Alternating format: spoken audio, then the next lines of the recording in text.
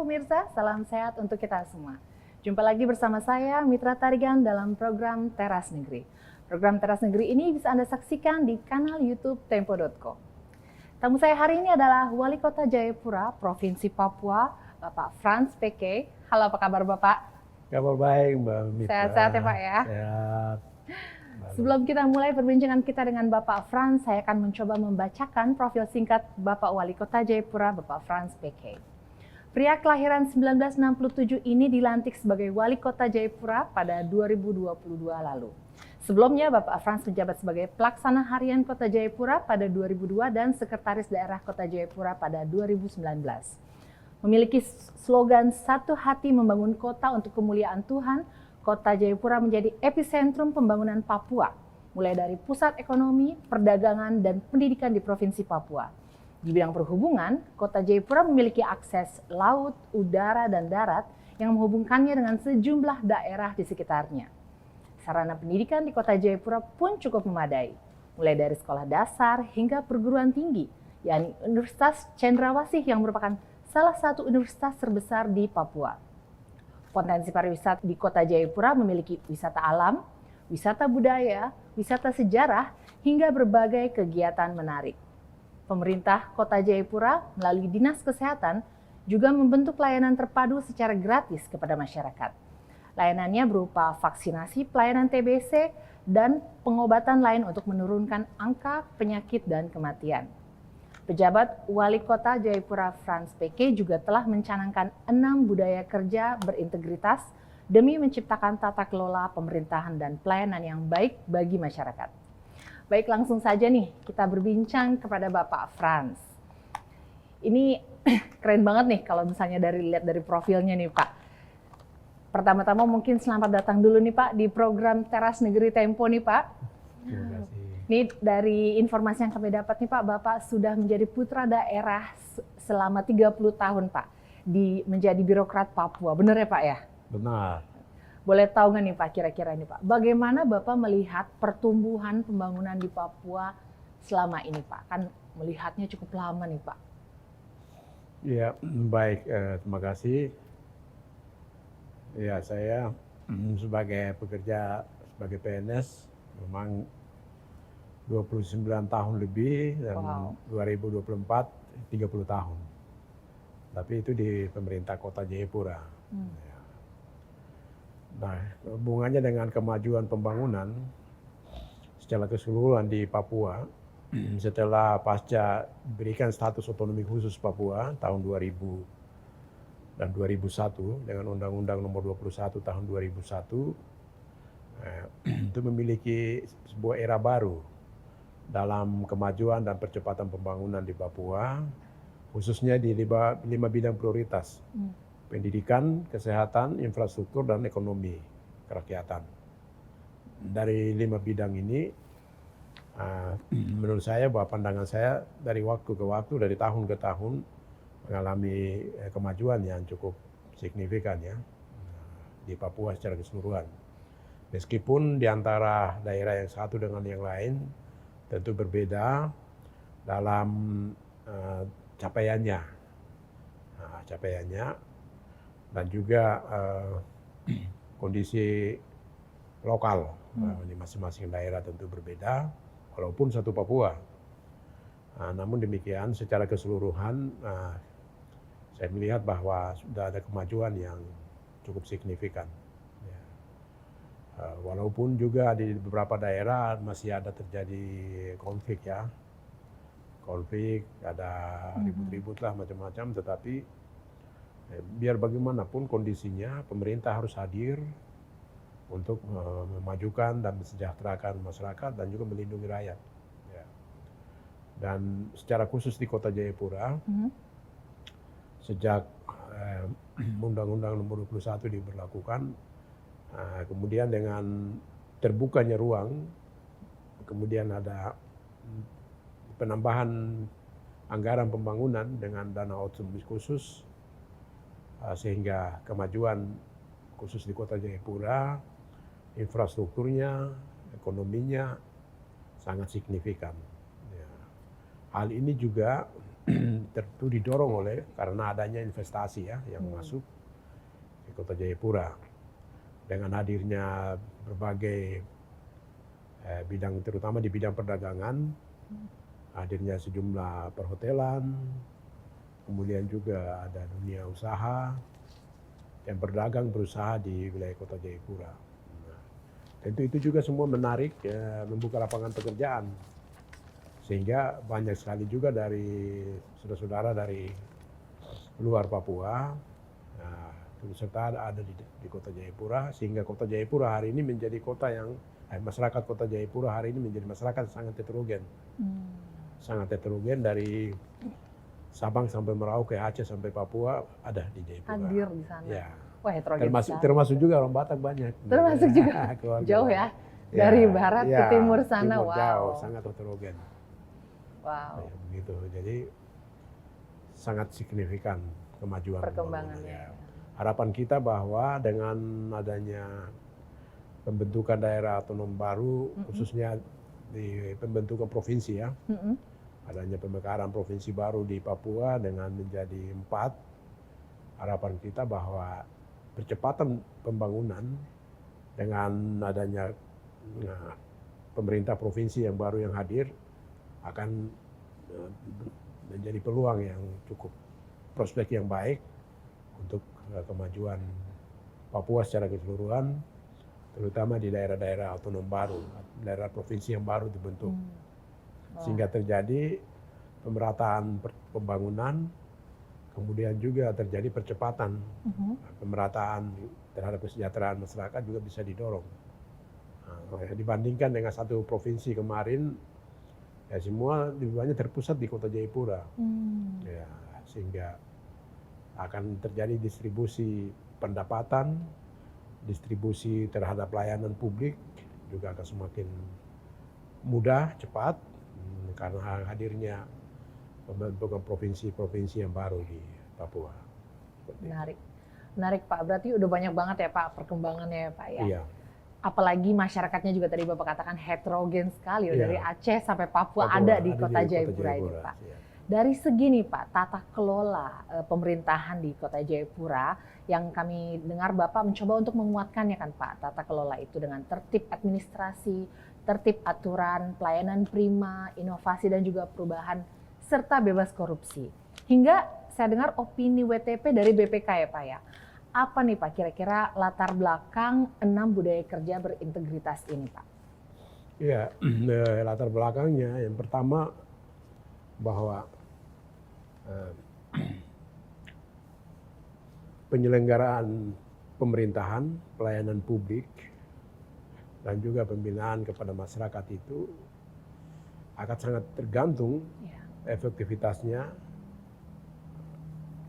Bagaimana itu sangat tergantung dari penyelenggara pemerintahan, yang di dalamnya adalah birokrasi, birokrasi yang tersebar di berbagai organisasi perangkat daerah.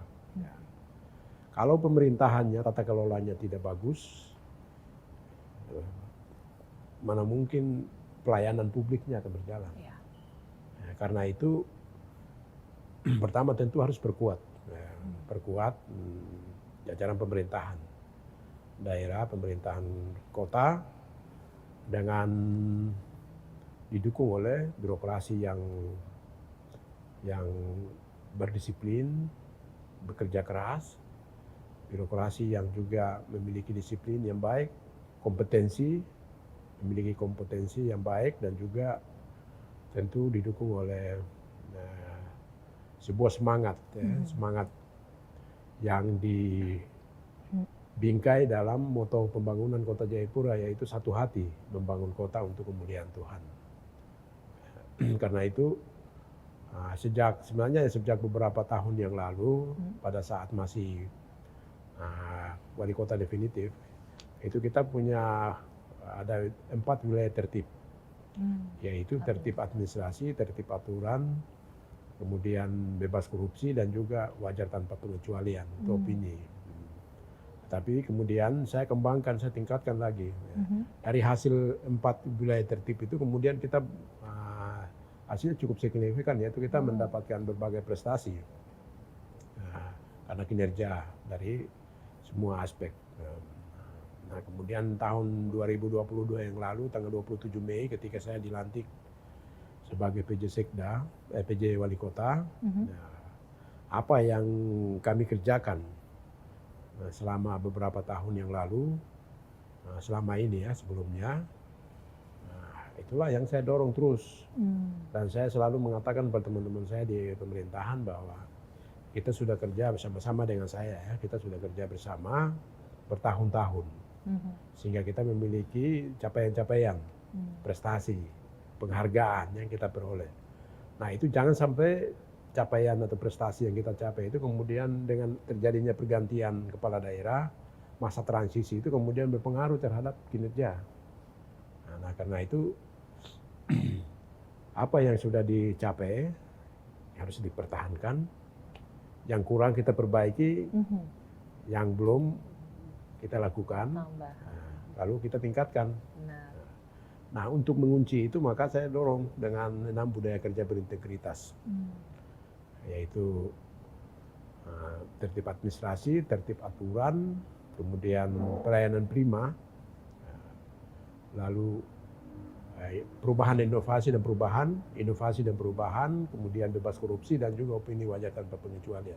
Nah yang saya maksudkan adalah bahwa 6 budaya kerja berintegritas itu menjadi standar kerja. Jadi tolok ukur atau standar kerja daripada seluruh jajaran pemerintah daerah birokrasi. Semua yang kita kerjakan harus tertib administrasinya. Administrasi secara manual atau kertas, atau juga administrasi yang sifatnya adalah online. Jadi bagaimana kita harus mengarsipkan, menyimpan file, data, itu harus tertib. Karena sewaktu-waktu pasti itu akan dibutuhkan. Jadi harus tertib. Lalu yang berikut juga ada tertib aturan, yaitu semua hal yang dikerjakan oleh pemerintah kota harus berdasarkan sesuai dengan aturan yang berlaku. Kalau melanggar aturan atau menyeleweng dari aturan, keluar dari aturan, maka tentu akan berkonsekuensi terhadap pelanggaran. Pelanggaran administratif, juga mungkin pelanggaran hukum. Sehingga akan ujungnya bermasalah. Karena itu semua harus tertib, ikuti sesuai aturan. Lalu yang berikut juga, pemerintah hadir untuk memberikan layanan yang terbaik untuk masyarakat. Layanan di bidang pendidikan, bidang kesehatan, bidang perizinan, kependudukan, dan layanan-layanan administrasi yang sifatnya umum yang lainnya. Nah karena itu standar kita adalah harus memberikan pelayanan yang terbaik, pelayanan prima pada masyarakat. Lalu yang berikut juga sudah tentu harus, hari ini dunia semakin berubah, begitu cepat dengan era digitalisasi, transformasi ini teknologi yang sangat luar biasa. Ketika kondisi dunia eksternal, masyarakat seperti itu dengan kemajuan hari ini cepat, pemerintah tidak boleh tertinggal. Dalam tata kelola pemerintahan itu harus mengikuti, melakukan perubahan-perubahan, inovasi-inovasi mengikuti perkembangan zaman. Dengan melakukan pelayanan pemerintahan yang digitalisasi, sistem online, kemudian juga cepat respon terhadap kebutuhan, aspirasi dari masyarakat. Nah karena itu saya selalu mengatakan kepada teman-teman saya di pemerintahan itu, kita harus menjadi pemerintahan yang responsif dan adaptif. Responsif untuk selalu menangkap masalah, kebutuhan dari masyarakat cepat, lalu kita jawab. Lalu kita juga selalu adaptasi, melakukan penyesuaian terhadap kemajuan zaman yang terjadi, sehingga pemerintahnya responsif dan adaptif.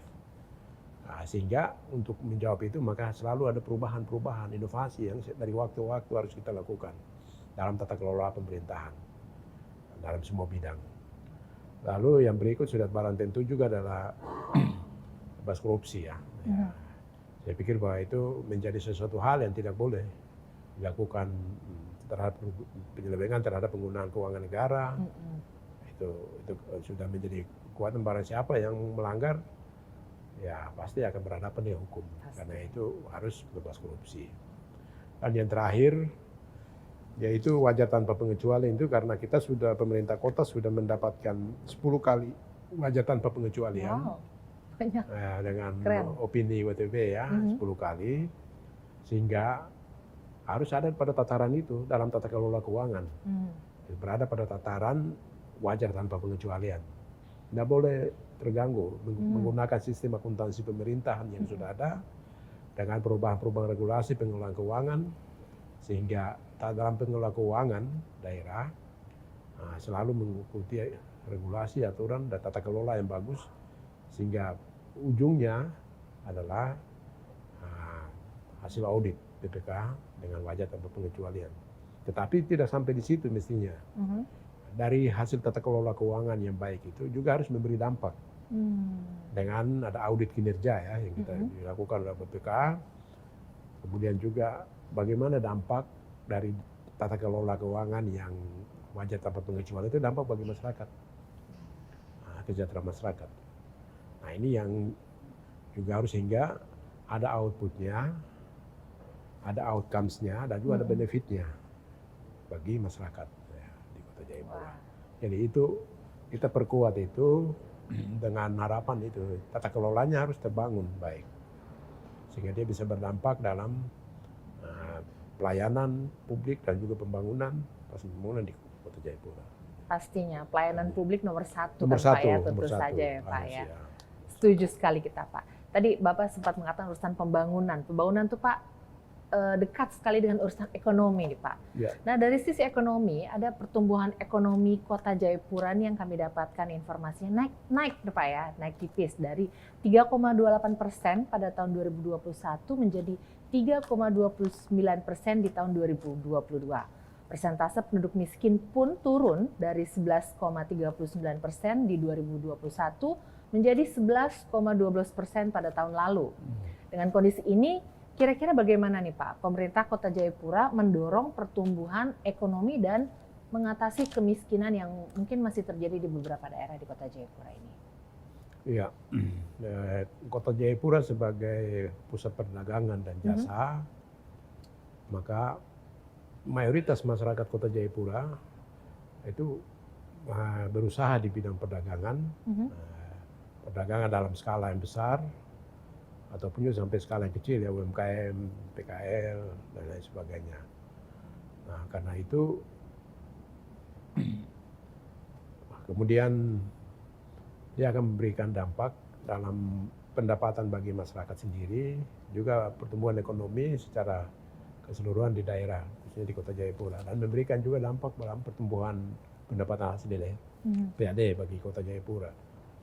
Nah sehingga beberapa langkah kebijakan yang kita ambil adalah yang pertama itu kemudahan perizinan melalui Dinas PTSP ya, pelayanan terpadu satu pintu, kemudahan perizinan, kemudian kemudahan dan itu dengan perizinan yang gratis, kemudian perizinan yang cepat, mudah, dan juga transparan. Apalagi dengan sekarang kita sudah menerapkan sistem online OSS, dan juga bulan Mei yang lalu 2023 itu kita juga sudah dalam rangka mendukung kemudahan pelayanan perizinan, kita juga membentuk mall pelayanan publik di Kota Jayapura pada bulan Mei yang lalu. Nah sehingga semua perizinan itu menjadi terintegrasi di satu tempat, satu gedung untuk pelayanan kepada masyarakat. Jadi itu ruang kita buka untuk percepatan untuk pertumbuhan ekonomi ya, mendukung itu. Lalu yang berikut juga kita juga memberikan ada semacam kompensasi kah atau seperti itu bagi sejumlah usaha dengan relaksasi pajak. Relaksasi pajak, kemudian juga ada pembebasan denda pajak di perayaan hari-hari besar juga kita berikan. Nah ini semua sebagai stimulus ya semacam itu bagi para pengusaha ataupun juga masyarakat kita yang di bidang usaha perdagangan dan jasa untuk bisa terus bertumbuh, berkembang, sehingga bisa memberi dampak, impact bagi pertumbuhan ekonomi di Kota Jayapura. Nah itu sejumlah kemudahan sehingga ada kenaikan pertumbuhan ekonomi yang tadi Mbak sampaikan itu 3,sekian%. Lalu yang berikut juga menyangkut kemiskinan, memang kota Jayapura sebagai kota yang sangat heterogen, kota menjadi kota tujuan, orang datang dengan warga migran ya, imigrasi dari berbagai daerah, urbanisasi dari berbagai tempat sangat tinggi. Nah sehingga angka kemiskinan termasuk juga pengangguran juga masih ada di kota Jayapura. Meskipun mengalami penurunan ya angka kemiskinannya dari 11,27 ya. Dari itu kemudian turun lagi tahun 2022. Nah itu tetapi kemudian ada intervensi-intervensi yang kita lakukan, yaitu dengan adanya beberapa program yang kita lakukan ya, misalnya padat karya dalam rangka untuk pengangguran, kemudian juga kemiskinan itu dengan padat karya. Terus juga ada bantuan-bantuan modal usaha bagi masyarakat. Kemudian juga ada bantuan untuk perumahan bagi masyarakat yang tidak mampu, dan juga ada bantuan untuk biaya kesehatan, biaya berobat dan lain-lain. Jadi itu kita dalam rangka juga membantu masyarakat kita yang coba diberi kemudahan ya Pak ya kepada masyarakat setempat ya Pak ya. Seperti itu. Baik Pak. Nah sekarang kita beralih nih Pak dalam hal pariwisata Pak. Kita tahu bahwa Kota Jayapura memiliki potensi pariwisata yang cukup besar nih Pak dan menarik tentu saja. Bahkan aksesnya memadai ya Pak ya. Ada udara maupun laut juga banyak banget pilihannya. Bagaimana nih Pak kira-kira pemerintah mendorong potensi wisata ini agar menjadi pengungkit ekonomi yang langsung bersentuhan dengan masyarakat? Baik, dari sisi potensi, Kota Jayapura memiliki potensi wisata yang cukup menjanjikan ya. Iya. Ada potensi wisata bahari, budaya, kemudian juga sejarah ya. Pasti. Ada beberapa situs-situs sejarah. Kemudian juga didukung dengan sarana angkutan. Ya. Ada pelabuhan laut, juga ada transportasi darat yang sangat memadai dari lokal antar daerah, terus juga di dalam lokal Jayapura sendiri.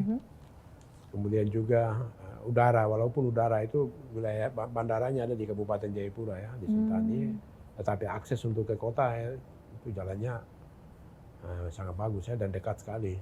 Kita 30 menit perjalanannya bisa sudah sampai di kota dari bandaranya. Lalu ini juga dengan potensi yang ada. Sebenarnya dari sisi potensi sangat menjanjikan. Hanya persoalannya adalah pada pengelolaannya. Ada beberapa destinasi wisata, terutama di wisata pantai ya. Pantainya sangat bagus. Ada beberapa Pantai Hamadi, Pantai Besji, Pantai Holtekam. Itu beberapa pantai yang sangat potensial untuk dikembangkan. Hanya masalahnya adalah pada pengelolanya. Pengelolanya itu masih dikelola oleh masyarakat adat setempat. Nah, kita coba berusaha untuk dari bertahun-tahun ya, itu berusaha untuk bagaimana pemerintah bisa masuk kerjasama dengan masyarakat adat untuk kelola bersama, tapi sampai sekarang belum berhasil dan masih oleh masyarakat adat. Walaupun dari instansi teknis, misalnya Dinas Pariwisata itu terus melakukan pendampingan ya. Kemudian juga pernah juga beberapa tahun yang lalu itu ada studi banding ke Bali, bawa masyarakat. Kemudian juga ada pelatihan-pelatihan bagaimana tata kelola daerah wisata yang mereka miliki atau kuasai itu. Nah, kita terus lakukan pemerintah kota untuk melakukan fasilitasi pendampingan. Nah, termasuk beberapa sarana ya, homestay. Nah, kita juga bangunkan juga di beberapa titik. Tetapi pengelolaannya masih di masyarakat adat. Itu wisata pantai atau bahari. Tapi ada wisata budaya juga yang sebenarnya kita kembangkan. Ada beberapa festival, ada event yang kita kembangkan. dalam rangka hari ulang tahun Kota Jayapura tanggal 7 Maret. Itu juga ada beberapa festival, ada festival Port Numbai, yang terus beberapa tahun lalu juga pernah ada festival Humboldt. Nah, dan juga ada festival ini ya, Irian Creative Week namanya. Irian Creative Week itu untuk menampilkan sisi kreativitas masyarakat ya. Dan di situ juga membuka ruang bagi para ekonomi kreatif ya, untuk bisa tampil, bisa menjajakan barang-barang yang mereka kelola atau olah ya dari ekonomi kreatif, ya kita tampilkan di situ. Jadi beberapa event yang juga kita hidupkan untuk mendorong selain wisata tapi juga untuk pertumbuhan ekonomi. Ya. Artinya seperti itu. Upaya untuk melakukan kolaborasi baik dengan masyarakat adat juga dengan pelaku ekonomi kreatif terus dilakukan ya Pak ya. Terus dilakukan. Pastinya. Ya, dilakukan. Baik. Dan bahkan nanti bulan tanggal 21 besok September 21 ini 21 sampai 24 September ini kita ada melakukan festival Numbai Kreatif di Jayapura. Nah, itu juga bagian dari yang kita dorong, sehingga harapan saya sebenarnya setiap bulan itu harus ada event. Nah, dengan harapan bahwa dengan kita semakin banyak membuat event, itu sebagai destinasi wisata atau untuk orang datang untuk hiburan, wisata, ekonomi juga tumbuh. Ekonomi tumbuh juga dari sisi hunian perhotelan juga bisa. Gitu. Pemantik ya, berarti event itu ya Pak ya, bisa ya Pak ya. Nah, tadi Bapak sudah menyinggung urusan pemantik nih Pak, ini masih urusan pariwisata kan Pak ya. Pastinya kan pariwisata itu didorong oleh UMKM Pak, usaha mikro, kecil dan menengah masyarakatnya Pak. Ada berapa banyak Pak mungkin UMKM di Kota Jayapura, dan mungkin kebanyakan tuh di bidang apa? Dan mungkin apa saja nih Pak upaya pemerintah dalam mendukung kemajuan UMKM? Tadi mungkin sudah disebutkan sedikit melaksanakan event ya Pak ya. Apalagi Pak mungkin bisa dikasih tahu Pak? UMKM di Kota Jayapura sangat banyak ya, sekitar hampir 20-an ribu. 20.000? Sangat banyak sekali. Di bidang apa mungkin kebanyakan Pak? Hampir semua bidang ya, ada bidang. UMKM di bidang perdagangan, jadi ada di pasar, ya, kemudian juga di ekonomi kreatif itu kan banyak sektor ya. Ada kuliner, ada kria, ada fashion, juga ada seni, ada pertunjukan, ya, ada macam-macam ya, banyak sekali. Nah itu banyak sekali, makanya di intervensi pemerintah kota itu ada oleh beberapa dinas. Ya.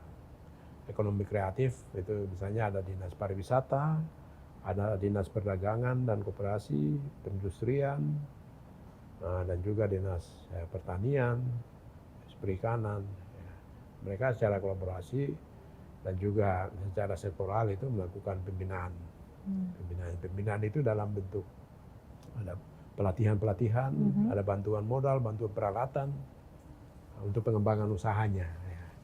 Jadi itu yang, dan itu setiap tahun ya kita lakukan, termasuk juga khusus bagi orang Papua. Nah, juga kita dorong dengan dana otonomi khusus, ada perhatian pada afirmasi untuk UMKM anak-anak Papua, dan sekarang banyak sekali yang anak-anak Papua juga yang bergerak di bidang UMKM. Jadi ada di ekonomi kreatif, ada di kopi, nah, juga banyak, dan juga di fashion juga ada batik ya, juga banyak sekali. Jadi saya pikir itu akan terus kita dorong dari waktu ke waktu, dari tahun ke tahun, supaya harapan kita adalah bahwa dengan diberikan perhatian, stimulus ataupun juga fasilitasi oleh pemerintah daerah, pemerintah kota, itu dengan begitu bisa menumbuhkan untuk keberdayaan. Jadi mereka bisa berdaya, bisa mandiri. Harapan kita mengembangkan usahanya, kemudian bisa mempekerjakan lagi teman-temannya atau saudaranya, membuka lapangan pekerjaan. Gitu. Kalau usahanya bertumbuh berkembang, pasti ada membuka peluang bagi teman-temannya untuk bisa sama-sama bergabung untuk dalam usaha. Kalau urusan ekonomi kreatif tuh Pak, biasanya Kalau influence-nya banyak bisa sampai kemana-mana kan Pak ya? Kemana-mana sangat banyak. Nah, dan itu promosinya kan mereka lakukan Promosi. promosinya lewat berbagai media online ya sekarang, promosi untuk termasuk pemasarannya ya, produk-produknya, Pasti. penjualannya ya sudah masuk ke media online. Media untuk, online digital ya Pak ya. digital Kalau itu. digital tuh udah penyebarannya bisa bahkan Kemana-mana, gitu. bisa sampai ke luar negeri Ya, juga ya. harapannya ya Pak. Masuk ke toko-toko daring ya juga Oh kan ya, sudah benar. masuk ya semua. Pasti. Jadi Wah. semakin membuka prospek sebenarnya sih itu harus.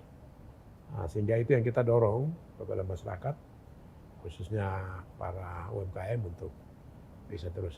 Nah, satu hal lagi itu produk-produk UMKM juga kita dorong sekarang untuk masuk program nasional, yaitu penggunaan produk dalam negeri yang sudah diperintahkan oleh Presiden Oh iya. dalam belanja-belanja pemerintah daerah, pemerintah itu masuk dalam e-katalog atau toko daring, kita dorong masuk sehingga ada program pemerintah untuk bisa memanfaatkan membeli produk lokal, itu bisa dibeli oleh pemerintah sendiri. Gitu. Nah, itu jadi dengan semangat ataupun juga mencintai produk dalam negeri, produk Indonesia sendiri, itulah yang kita juga dorong. Lewat program pemerintah daerah melalui bagian itu pengadaan barang dan jasa untuk dorong kita punya produk-produk lokal itu masuk ke dalam e-katalog, masuk ke dalam toko daring sehingga memiliki akses untuk bisa mendapatkan. Iya, mempermudah akses ya Pak ya. Baik Bapak, ini ternyata udah mau habis nih Pak. Tapi mungkin sebelum mengakhiri diskusi yang menarik banget nih Pak kita nih Pak, boleh mungkin ada pertanyaan penutup dari Bapak atau closing statement mungkin untuk warga Papua dan tentu saja untuk khususnya nih untuk pemirsa Tempo yang tercinta ini Pak. Silakan Pak. Baik,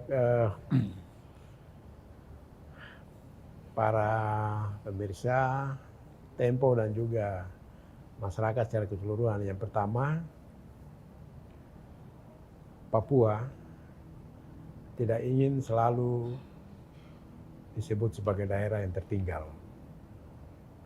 Papua memiliki semangat untuk maju. Karena itu, saya mengajak kepada teman-teman semua yang ada di Papua, khususnya yang ada di Kota Jayapura, kita harus bisa mampu untuk maju dan terus berkarya dalam bidang apa saja. Nah, dalam bentuk apa saja, yang penting itu bisa bermanfaat untuk kepentingan banyak orang. Bisa bermanfaat untuk ekonomi keluarga, pendapatan keluarga, juga ekonomi untuk pertumbuhan ekonomi daerah. Silakan mengembangkan di Kota Jayapura, dan kita memiliki potensi yang sumber daya manusia yang luar biasa di Kota Jayapura, walaupun kita tidak memiliki potensi sumber daya alam. Tapi kita punya ada objek-objek pariwisata, ada SDM yang menggerakkan ekonomi kreatif di Kota Jayapura, perdagangan, usaha.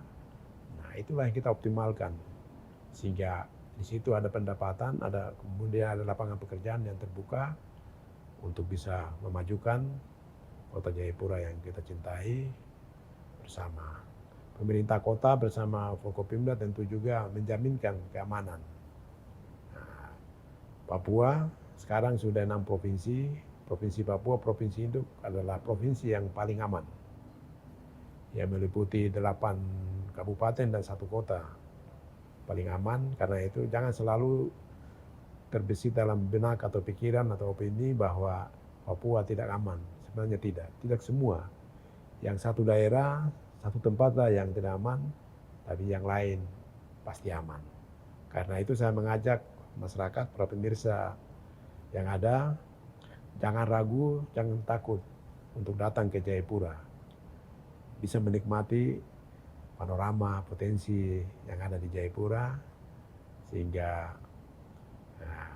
bisa menceritakan, bisa mengangkat nilai-nilai positif